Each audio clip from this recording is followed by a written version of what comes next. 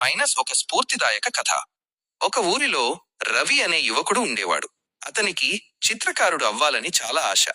కాని పుట్టుకతోనే అతని కుడి చెయ్యి సరిగ్గా పనిచేయదు. ఊరిలో అందరూ నీ వల్ల కాదు, వేరే ఏదైనా పని చూసుకో అని ఎగతాళి చేసేవారు. ఒకరోజు రవి ఒక వృద్ధ చిత్రకారుణ్ణి కలిసి తన బాధను చెప్పుకున్నాడు. అప్పుడు ఆ చిత్రకారుడు ఒక మాట అన్నాడు. బలహీనత శరీరంలో ఉండవచ్చు, కానీ నీ సంకల్పంలో ఉండకూడదు. నీకు ఒక దారి మూసుకుపోతే ప్రకృతి మరో దారిని చూపిస్తుంది. ఆ మాటలతో రవిలో కొత్త ఉత్సాహం వచ్చింది. కుడి చేయి రాకపోయినా పట్టుదలతో తన ఎడమ చేత్తో పెన్సిల్ పట్టుకోవడం ప్రాక్టీస్ చేశాడు.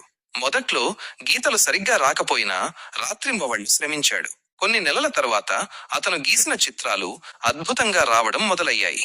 కొంతకాలానికి ఒక చిత్రలేఖన పోటీలో రవి గీసిన బొమ్మకు ప్రథమ బహుమతి వచ్చింది.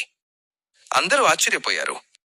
రవి సాధించిన విజయం చూసి ఎగతాళి చేసిన వారే చప్పట్లు కొట్టారు. నీతి: మనకు ఉన్న లోపాలను చూసి కుంగిపోకూడదు. పట్టుదల మరియు నిరంతర కృషి ఉంటే ఏ అసాధ్యాన్నైనా సుసాధ్యం చేయవచ్చు. మన విజయానికి మనమే శిల్పులం.